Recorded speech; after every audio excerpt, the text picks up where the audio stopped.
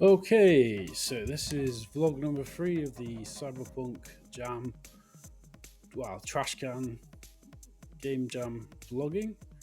And I didn't meet the deadline, but I've continued to work on the game. And this is going to be a pretty short vlog. I'm just going to go straight into it. When I was building this thing, one of the problems I came across was that obviously, if you flew on for a certain distance, then you could fly through the orb that's around the main scene. So I start to get around this by creating invisible walls. That's what I'm doing here, with static body attached to each of them, but then making them invisible. So the visibility is false, but there still applies the physics, static body physics, so that the balls as well bounce off them. So before the trash cans, which player collects, were going on forever. So they just go on and on and on and on and on, which is obviously not really what I wanted. It just makes it unplayable, really. So there's been a lot of physics testing in this part. I did a bit of Leonardo da Vinci, um, Leonardo AI generation. Wanted a texture for the. What I decided to do is to sort of expand this idea into basically these two squares which are at the side, either side of the player when you first go into the game, are sort of like the device that can teleport you to other planets. I took out also the ability to just teleport at will, so it's just going to be a per session game that the cities get generated randomly. I thought that would be just a better way to do it, to be honest. So yeah, I'm just messing with some of the textures there, and yeah, modifying that scene, retesting it again and again, going back and testing. Yeah, it was a lot more playable, I'd say, at this point, because you could actually catch the trash cans. You had more of a chance doing it before. I was struggling to get 2 or 3. And then I've been doing various experiments with the distribution of the cities. So that trying to put a plane there, which could then be hold the cities basically on the planet. So I've been messing a bit with that. Still actually doing a bit of work on that. Product's almost done. I'd say it'd be released in 2 or 3 days. It is.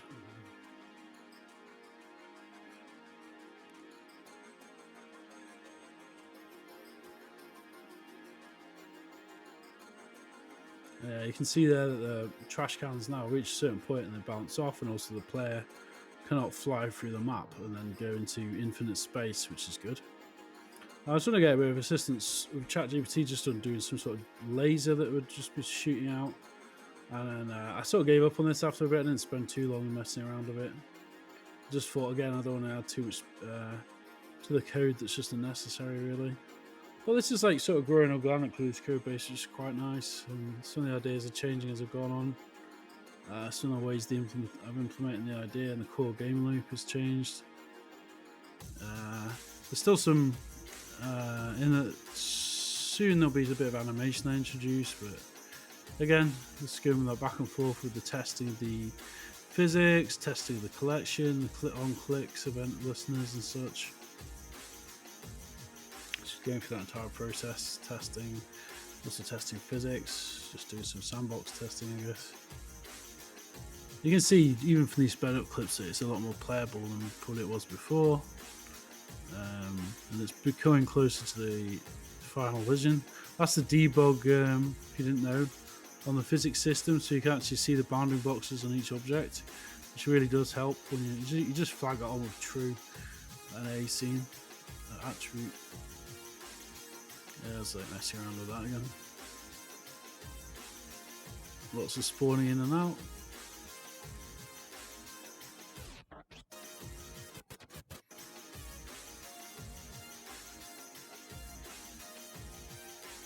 So the city's sometimes not on the planet. Usually it is, but depending on the distribution. So that's something I'm trying to fix a bit at the minute, to make that a bit more consistent, because otherwise it just breaks the entire experience of the game, obviously.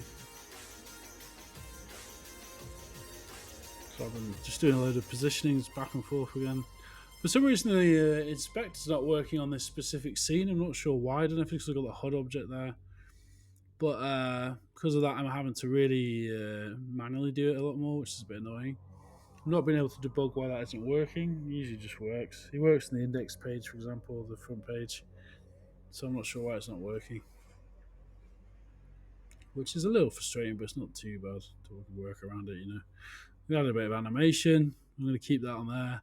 Planet rotates around somewhat as well, just a bit. Uh, yeah. So I also added angular dampening and some linear damping on the Trashcan objects to try and slow them down a bit. So I'm trying to just see if I can get that a bit like less going through space, traveling through space a bit less fast.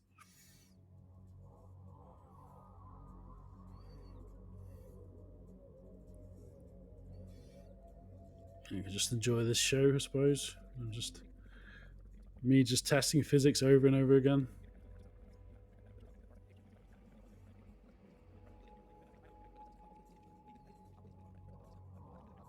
It's a fairly fun process, you know, because a lot of it's done now. It's just like change having unexpected results come up, which is quite funny sometimes, and seeing these like little physics reactions where the objects bump into each other in a zero grav environment is always cool.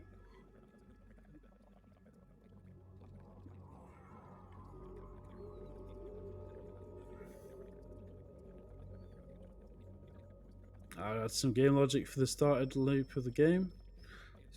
Mainly doing this just so that I could only have the teleportation happening once on when you enter the game on pressing spacebar instead of just happening over and over again because it's killing the frame rate. Main reason for that, in all honesty, was the frame rate was just dying.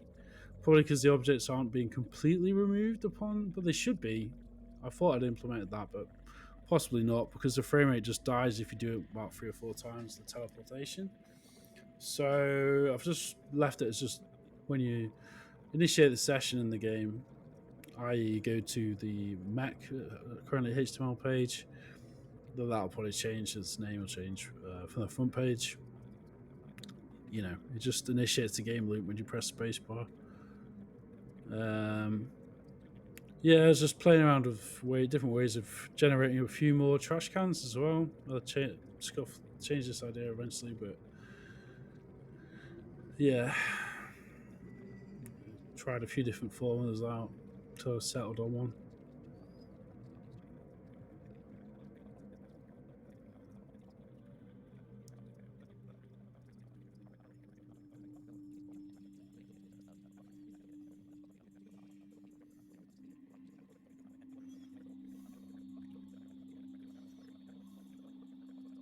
Took the debug off just to have a look at how it looks just as it would be normally. Again, lots of tweaking and things. This is a really fun sort of thing to do because it's like spacey stuff and physics based. And in terms of like doing an experimental project, this is a perfect one because it's got the procedural generation element, plus the physics element, plus the trying to nail the gameplay mechanic and make it playable at least somewhat. So there's like a lot of things to try and perfect and hone, and you have to also. It's one of those projects that gives you the where you have to like figure out how can I streamline certain aspects of it too. That's just adding animation. That's the one before. Just makes it a bit more of a dynamic scene, a bit more alive. Probably add some sound effects to them eventually as well. So when you get close to them, they make some sort of sound. But this really started looking like something that's quite, you know, sort of fun, interesting, I suppose, to play visually and change the background to space as well. Yeah, so I did this. Now it looks much more like a traditional sort of space game, but also I just think that green orb thing wasn't working before. So yeah, I think it just looks better with this space background basically that I've managed to add in.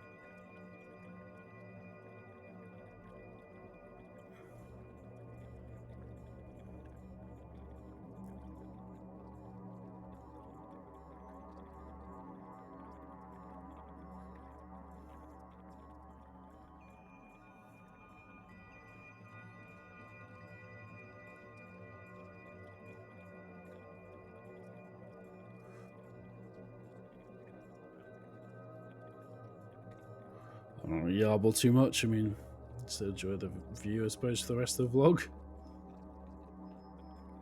But yeah, you can just see how intuitively it's just a lot of fun to do this sort of thing. And because I'm fairly familiar with the physics system component with A-frame, it's sort of alright. Though I mean, I'm using an older version, but I don't really care for doing something prototypal like this. It's more, yeah, a bit of fun. Anyway, uh, this will probably be it for the vlogs. I'm gonna just create a final version, and it will be uploaded on itch.io within probably the next week. Thank you very much. I've been the One Nerd. Bye.